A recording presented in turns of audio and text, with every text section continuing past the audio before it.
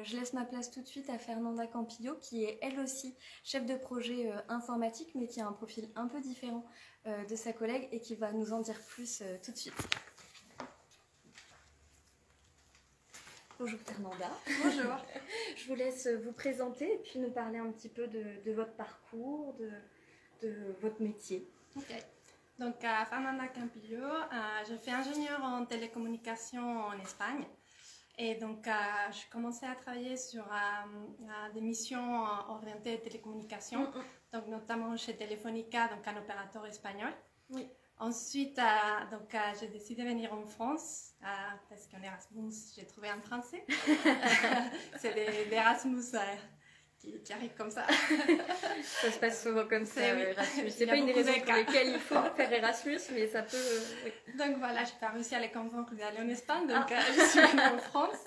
Et j'ai commencé à Paris sur des missions de type consulting en informatique, sur des clients comme SFR, Orange.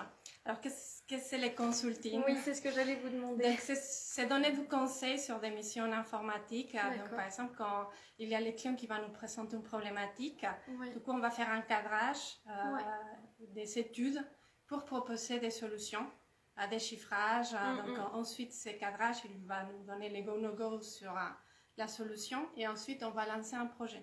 Et lorsqu'on va lancer un projet, donc, on va collecter des spécifications détaillées sur ses besoins. Donc, on fait tout un cahier des charges qu'on va valider avec lui.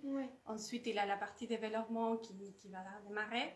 Et après, on fera les testing, donc valider que le développement il est conforme par rapport à son cahier des charges. Et finalement, c'est les déploiements, la conduite des changements aussi auprès des utilisateurs. Parce que du coup, il faut les habituer aux modifications qu'on a fait sur l'application ou sur les sites web. Et donc, voilà un peu le type des activités qu'on peut faire au niveau consulting. Ok. Et ensuite, donc, j'ai changé à Dijon pour rejoindre aussi mon conjoint. Et aujourd'hui, donc, je suis dans une société de services informatiques qui s'appelle ATK. Et comme Stéphanie, donc, on fait des missions notamment sur les secteurs bancaires. Donc, informatique populaire, caisse épargne, et aussi des autres types de secteurs dans la santé, etc. Donc, tout ce qui est numérique. Donc, actuellement à Dijon, mais aussi on a la présence sur des autres territoires en France. D'accord, vous pouvez aussi aller sur des missions, différentes. Et aujourd'hui, en plus, avec la situation actuelle, on fait de plus en plus d'émissions à distance. Donc, souvent, on fait des missions depuis chez nous. D'accord. Et donc, comment est-ce que ça fonctionne? Est-ce que vous avez... à quoi ressemble une journée de travail un peu typique, s'il en existe une? Donc, aujourd'hui, je suis très orientée sur le management. D'accord. Donc, c'est-à-dire, on va veiller à que les personnes puissent avoir les compétences nécessaires pour pouvoir faire ces activités. Donc, on va trouver des formations qui sont en adéquation avec ces besoins pour pouvoir faire des missions. Donc, c'est beaucoup d'accompagnement auprès des collaborateurs pour qu'ils puissent avoir les formations nécessaires, répondre à ces questions. On fait des suivis missions pour voir si ça se passe bien sur les différentes missions et projets où ils sont. Tout ce qui est aussi au niveau commerce, on essaie de trouver de nouvelles opportunités. Donc, ça s'appelle des appels d'offres. Donc, on va visiter les clients, de nouveaux clients pour proposer de nouvelles solutions. Donc, il y a cette dimension aussi un peu commerce, négociation qu'on peut avoir lors d'un appel d'offres. Donc, les journées, du coup, sont très différentes les unes aux autres en fonction des opportunités qu'on a en cours. Et sinon, au niveau plus opérationnel, sur une mission, ça dépend aussi de la phase du projet. Donc, si c'est un démarrage des projets, les activités vont être beaucoup des ateliers avec les utilisateurs pour collecter les exigences. Si on est en phase de développement, c'est accompagner l'équipe de développement pour répondre aux questions fonctionnelles. Si le développement il a finalisé, donc c'est plus en phase de testing pour valider la solution. Et puis finalement, si c'est en phase de déploiement, c'est plutôt l'accompagnement vers les utilisateurs pour les former et montrer les nouvelles fonctionnalités. Donc ça dépend vraiment de la phase aussi du projet. Et c'est quoi l'aspect que vous préférez dans votre métier? Ça que j'aime bien, c'est la variété, parce que justement, chaque journée peut être différente. Donc c'est très challengeant. Aussi le fait qu'au niveau secteur, on peut toucher tous les secteurs, les banques, la santé, télécommunications. Donc on est tout le temps en train d'apprendre. Ça, pour quelqu'un qui est très curieux, c'est très intéressant. Ouais. Parce qu'on se challenge tout le temps au niveau connaissance. Voilà, c'est ça que j'aime bien. Et puis les relationnels aussi, parce qu'on travaille tout le temps en équipe. Ouais, d'accord. Et quelles sont les qualités qui, selon vous, sont nécessaires pour ce métier? Donc, être à l'écoute pour bien comprendre les besoins des utilisateurs et même de nos collègues lorsqu'on fait du management, du relationnel,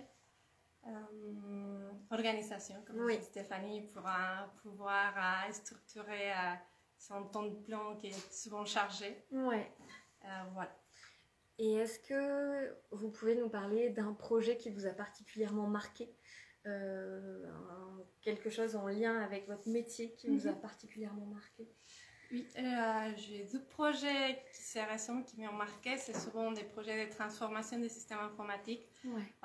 En fait, le contexte, c'est que souvent les clients, ils ont des systèmes d'information et c'est des clients souvent qui ont beaucoup d'établissements ou qui sont sur des pays différents et qui souhaitent rationaliser ces systèmes d'information pour unifier les processus et au lieu d'avoir 80 applications qui font à peu près la même chose mais sur différents établissements, partager des données et avoir des processus métiers communs. Et donc, ça m'a marqué, ça m'intéressait parce qu'il y a beaucoup d'harmonisation à mettre en place et puis convaincre les utilisateurs des différentes applications pour s'adapter à une application unique. Donc, souvent, chacun va défendre son application ou son processus. Donc, il y a beaucoup de consensus à trouver pour pouvoir réussir à identifier une solution unique. Donc, c'est des projets que j'aime bien et qui m'ont marqué. Ouais. Super. Est-ce que vous avez un dernier mot, un dernier message que vous souhaiteriez adresser aux personnes qui sont en live, enfin connectées avec nous ce soir? Oui. Donc, c'est surtout dire qu'il ne faut pas avoir des clichés sur le fait de commencer un métier sur les numériques. Quand j'ai décidé de faire ingénieur en télécommunication, j'avais trop peur parce que je me suis dit, il va y avoir que des geeks, mes amis ils vont être très bizarres et finalement... donc non, on est des normaux. Hein. Les ingénieurs n'ont pas trois pattes. non, donc il ne faut pas avoir des clichés. Et puis au niveau métier, je n'ai jamais fait de développement, même si j'ai fait ingénieur en télécommunication. Je n'ai jamais fait une mission où j'ai développé du code. Donc c'est aussi dire que la variété des métiers qu'il y a dans le numérique, il est immense en fait. Donc c'est un secteur qui vous donne beaucoup de différents projets et activités. Donc, c'est ça qui est aussi riche et intéressant.